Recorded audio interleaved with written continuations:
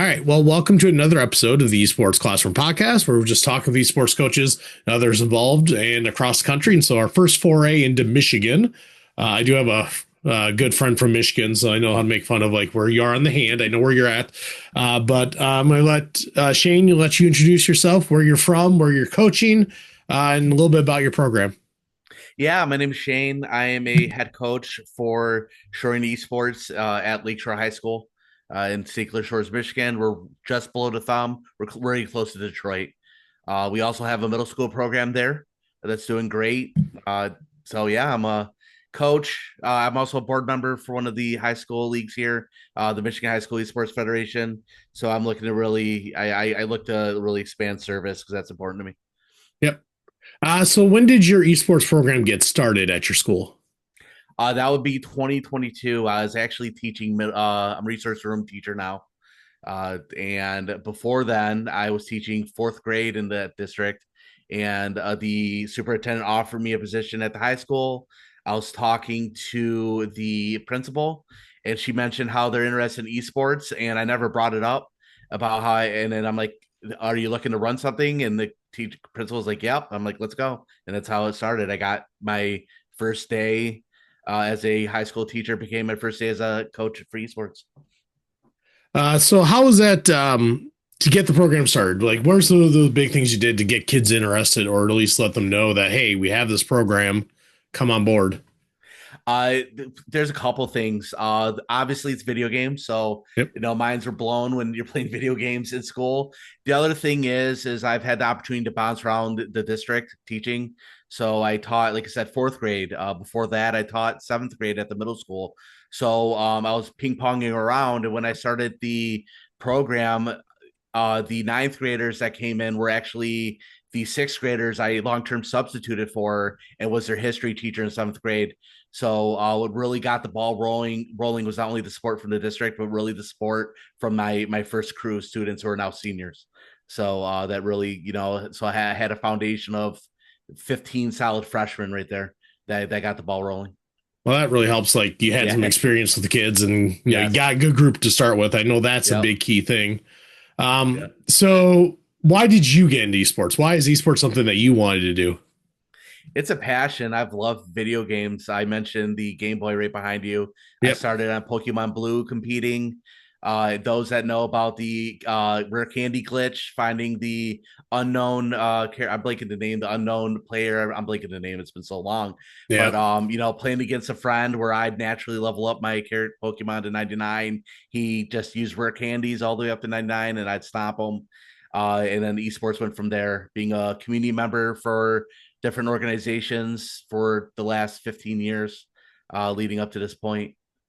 Yeah. So what titles do you play at your school currently? I'm open to everything, but currently Smash is a big one. Rocket League's been our premier game. That's been the one that really launched us be known nationally. Yep. And we've attempted Valorant. Rivals is a big one this season. Those are really the three mainstays right now. I've tried my foray. We've tried our foray in a bunch of different games too. So Yeah. And looking at the Michigan League, it's kind of similar to the Iowa League.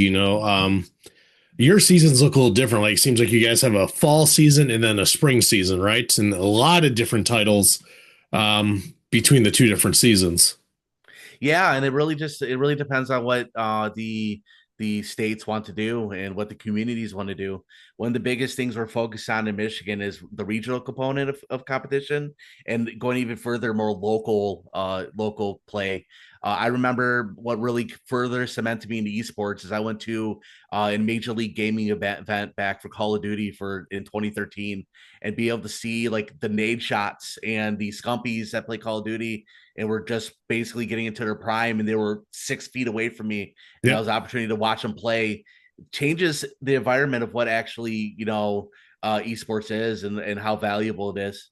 And getting parents involved with that and seeing that too, it changes the game right there. The moment they actually get something tangible, it that's where it's at, and it really starts local. Yep. Yeah, I think you kind of talked to like showing what esports is. It's not just playing video games, the competitive nature of it and how it's very different than what you may see like in your TV room. Yeah, absolutely. Yeah, when I started esports coaching, it was at the height of COVID. So of course, parents were not allowed in the room. So it's kind of hard sometimes to explain what was going on. So we tried to take a lot of pictures and show them like, what is this environment? Why are your kids coming and staying after school? You know? For sure. And you have all those added benefits we talk about as coaches where they learn, broadcasting, Yep. they can learn video editing, they can learn creative writing. I mean, I'm waiting for those documentaries to come out of teams going through their season and talk, and really documenting their season and going through that process. Cause I really genuinely believe that type of stuff is where the money is at for the kids, Yep. that they would enjoy. Yeah, I know our state league has its state tournament this week, Yeah. starting tomorrow, actually. Fortunately, I'm not there, which is actually a rare occurrence. You know, we do get to make a lot of trips to state, but not this season. I'm okay with that. Our Smash Yeah. team came up a little bit short. Um, so you said, looking at the titles you coach, like, what are your kind of like favorite things about those titles, or at least coaching the kids? It's not even about it. It's not about the games. I keep emphasizing it to the kids, and they think I'm crazy.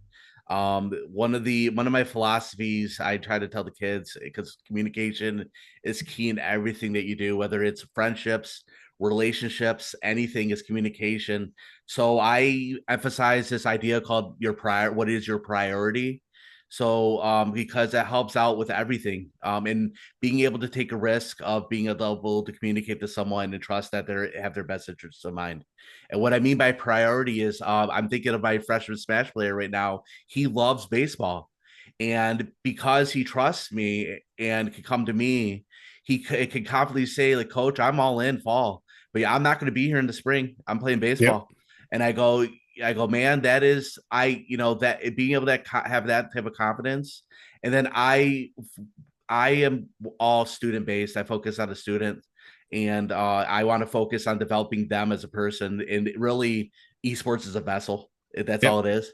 It's a vessel. I don't care where I'm at. I've coached baseball before. I just have a passion for esports. I know it. It's been my jam. It's the thing I was good at, really good at. No, and removing all imposter syndrome. I was really good at playing video games at a high Yep. level, and I just love it. You know. Yeah, I think that helps in the coaching aspect to have the passion for the games. I Yeah. was talking with Mike Dahl from Dolly from Wisconsin. He Yeah. was talking about how many hours he puts in for each game, like to coach it. Yeah. And I'm like, I may not be at that level of being able to play the games for that long. But I know like when every season comes up, I try to play the game a little bit more, see what changes a little bit, study it because it is a thing to be studied. We started our Overwatch 2 season now. Yeah. And I've not played it since they added perks. So I'm like, oh, good. Something else to learn. Exactly. Absolutely. And the thing is, it's that philosophy. He puts many hours into the games where I sit and know being that, like, I played at a high level. I never could say I was a professional Smite player because I was in the Navy at the time. So Yep. talk about priority and commitment, Yep. the United States government's not going to allow you to just walk away from a contract, right? Yeah. So I had to prioritize stuff, and knowing patterns and pattern recognition, putting that much into a game translates no matter where you go. There's a foundation to everything you do in a game, and it comes down to dedication, drive, and commitment to what you enjoy. So like for me personally, I put in probably 20 to 30 hours of each game, but not much there, just to get a fundamental conversation going with the kids for them to push forward. So like in Smash, I have the idea or to conceptually understand what like frame rate is, Yep. but I can't sit there and tell you, every other Smash ability every character has. That's the kid's job to understand that, Yep. you know? And some of them will tell you that. They will tell you things about the game you never knew, even though I've been playing the game since Yeah. before they were born. Yep. It's one of those things of the details of the kids study. Yep. They pay attention to it. They are engaged with it because it's something that they care about, right? For sure. Yep. Yeah. It Um, just, I just watching the kids grow is where it's at. Just watching them blossom, no matter where they're at, what they're doing. Just that's all I really care about is are they progressing? Are they enjoying attempting to enjoy the journey? Because yep. sometimes it does stink. You're going to take a lot of losses, but are you trying to progress in what you enjoy and finding your passion? You know? Yep. Yeah, and learning from loss is always one of those big things. Trying to get the Yes. kids to learn. Hey, we lost, but what can we take away from this? What can we use to improve? Yep. I always say I'd rather take a loss that you can learn from than a win that you can't. Sometimes. Exactly. Well, at least have that loss early, Yeah, not during a yeah, high stake. I call it a slap in the face moment. I hope it happens midway through the season, not yep. round two of a single elimination playoff, because then you got to chew on that for a month and a half. Yeah, I always worry when we get to the playoffs and we're undefeated. And I'm like, oh, great. Yeah. They haven't struggled enough. Just kind of how the Yep. schedule falls out. Did you actually play the toughest teams or are you playing the easiest teams Yeah, to play? for sure. And that's So yeah, we're, yeah. I mean that's what's amazing about how young this is. Talk about philosophy of how leagues are structured and how the game's supposed to be played. yep. Well, even when I just look at so I have the league information pulled up for your guys' state league. And so some of the Yep. differences Iowa and Michigan, like we do 3 seasons, you guys are doing two. And we really focus on 2 to 3 titles a season where you guys seem to have a lot of different options. But I guess when we look at Michigan is much bigger than Iowa, right? Iowa, Right. we're not a big state. We don't have a lot of big cities. Um, you're on the northeast side of Detroit, right? Yeah, On I'm the just shore. outside. Yeah, I'm just outside of Detroit. We're like I don't know if it's really like that in Iowa, but we're like the first outer ring of Detroit. So Yep. like once you get out of Detroit, you're in St. Clair Shores. Yep. So that's pretty much where I'm at. And we're outside of Grand Rapids, which is on the west side. We're the most populated area in the state because that's where everyone migrated to when Yep. we were establishing Michigan as a state. Is they landed in the Detroit area first and then head west. Yeah, I do like how you guys have different styles of Smash Brothers. Like you have 1v1, 2v2, 3v3. Yep. We've tried a couple different formats over the years. Now it's not a crew battle really anymore. It's 5v5 in a sense of 1v1 matches. You just five at a time, total stocks.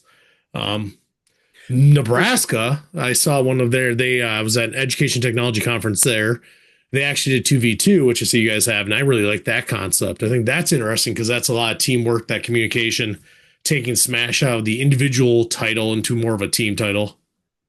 Yeah, we play. My school plays in different leagues, just to get more playing time for the kids that want to Yep. do it.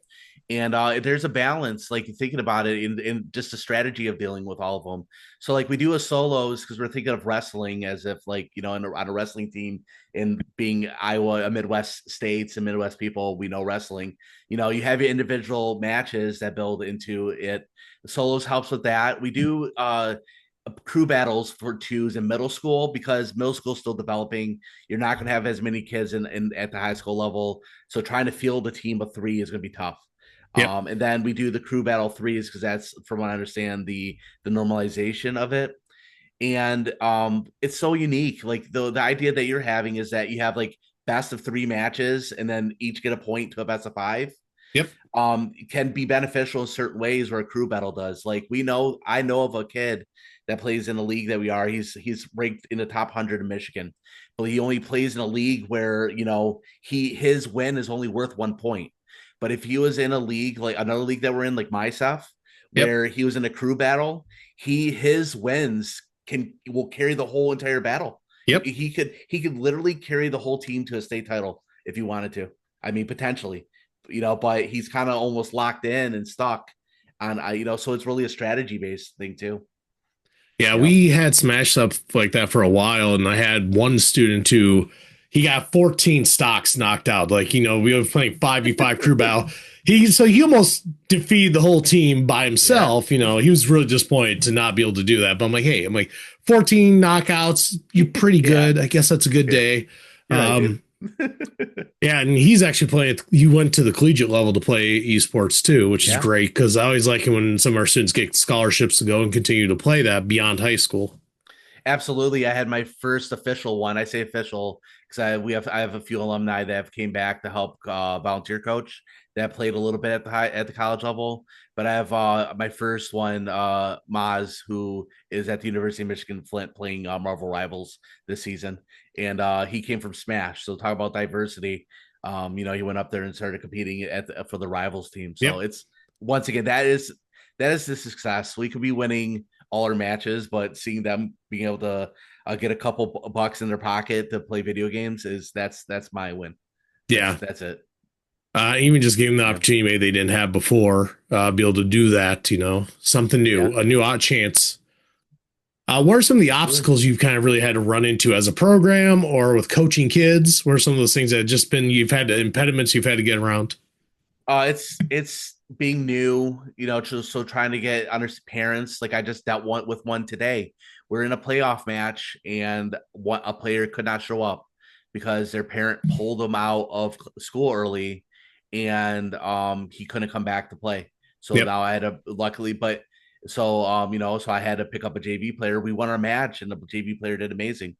The other just it nothing, everything's just a struggle. It's not a bad thing. Like, I'm thinking of my students I just learned this year. One of my students, he takes public transportation to get to school, to and from school. So I gave him, whether it's legal or not, I gave him a couple bucks to get home the other day. Those are really the impediments. It's not even, and then look, teaching kids commitment, and then keep, Yep. honesty, grades automatically improve the moment they touch foot. So that's not necessarily a problem, understanding that what you do matters to other people. That's that is a huge thing that the kids learn very quickly. If you don't show up to a match, you've not just affected yourself, but the two other people next to you. And you have to deal with that, because guess what? You signed a commitment contract, bud. I'm expecting you to be here on Tuesday, even though you weren't here on Monday. Yep. So I don't know if those are necessarily obstacles, but those are struggles that the kids should face before they become adults. Yeah, I mean, for some of them, it may be the first time being part of a team, so they're Oh having yeah, to be responsible for others and not just themselves. absolutely. I found those kids though tend to be very passionate and comforting of others. They just never found their space, and this is their space. Yep. And what's unique about video games is everyone plays it. So my those cliches all come together. Yep. Those clicks all come together that you think are clicks, but then you found, oh, you play Rocket League, I do too. Cool, let's play together. And then all barriers are coming down.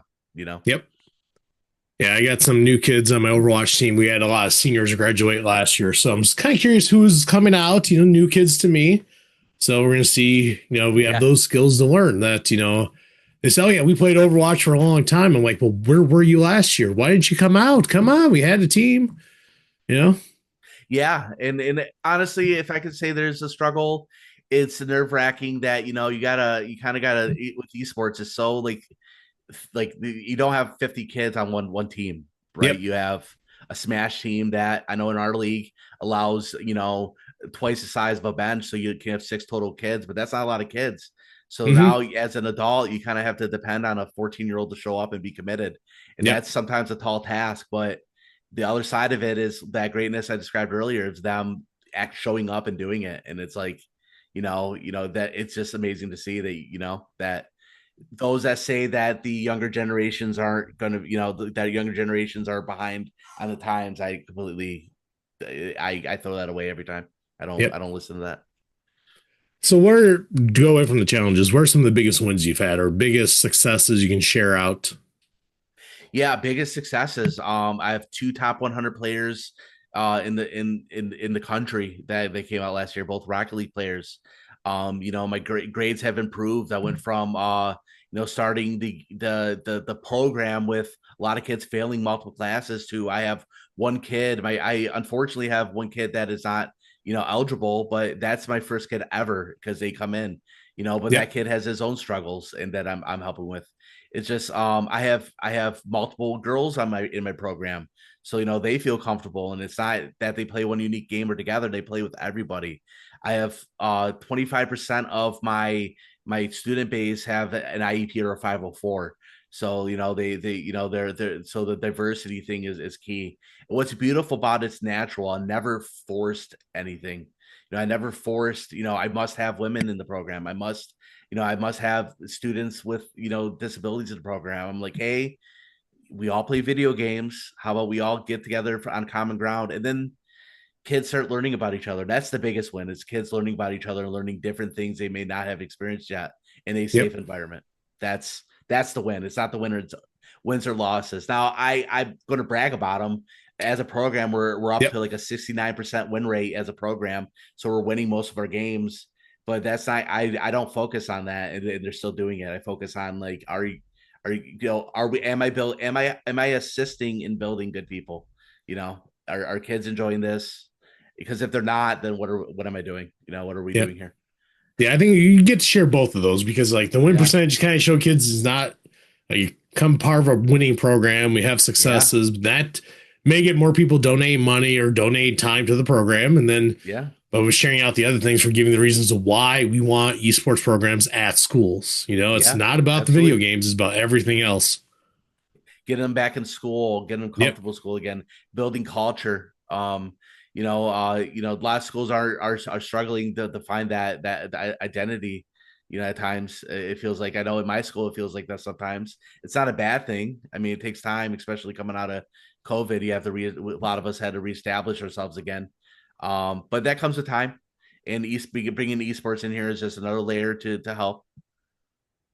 Yep. Yep. Um, kind of covered a lot, but I want to give you a chance. If there's anything else you wanted to share or talk about? Yeah, I appreciate you having me. Esports is amazing. If I could take over the whole school and run esports as a school, I would. I feel it's an amazing vessel for any student to establish themselves, and find themselves in. And it's just, yeah. And shout out to MiHSEF. Yeah, I do love the state leagues. I think, like I said, the Iowa Yeah, League we're part of. I love it yeah. because it's just like every other sport out there, right? I'd rather play a school that is just down the road than some random school from some other part of the country. Or But some random person. That's what the kids yep, do all the time anyways. You don't know. You don't know. That's, if there's one takeaway, honestly, is the kids. You talk a lot of smack on the microphone, but what's amazing about this is the person you're talking smack on the microphone with is like an hour away from you now, yep, not multiple states away. And guess what? You both are doing good. Now you meet each other in person. Are you yep. gonna start now you have to confront what you just did. I You love know? watching the kids when they're competing at state for the first time and the opponent is right across from them, and Yeah. like they have to figure out how to talk differently now. Yep. Um, some of them that's a very important thing to teach them early on. Yeah, Uh, communication. All right, we'll end with the last question, which I think is the fun one. So, what Yeah. video game are you currently playing? What's your favorite video game of all time? My students have got me into Clash Royale. Yeah, It is very simple. It's competitive. It fills all my needs. And I don't have to, and I can play for 15 minutes and be good. I think I mentioned it to you previously. My favorite games were later in stages. When I was in middle school, it was Final Fantasy 7. When I was going through the military, I loved the open world of Fallout 4. And the story of that, mm-hmm. the story of Grand Theft. I know Grand Theft Auto. I'm a coach, but like, I'm even being GTA 5 story, I thought was one of the best stories I've ever experienced. Yep, And then I love a game called Smite. That's the game I played a yeah, lot out, put a lot of hours in. But I mean, I don't necessarily have a favorite game, but it's usually stages of chapters of life almost. yep. They're Yeah. all good games. Although I'm still trying Yeah. to, I did try to learn Smite. It's not my typical game, but a lot Yeah. to learn, and I don't mind learning. So Ton. that was one of those things. Yeah, So, all for right, sure. I just want to thank you again for being part of this, and then I Absolutely. hope everybody listening or watching stay tuned for more episodes.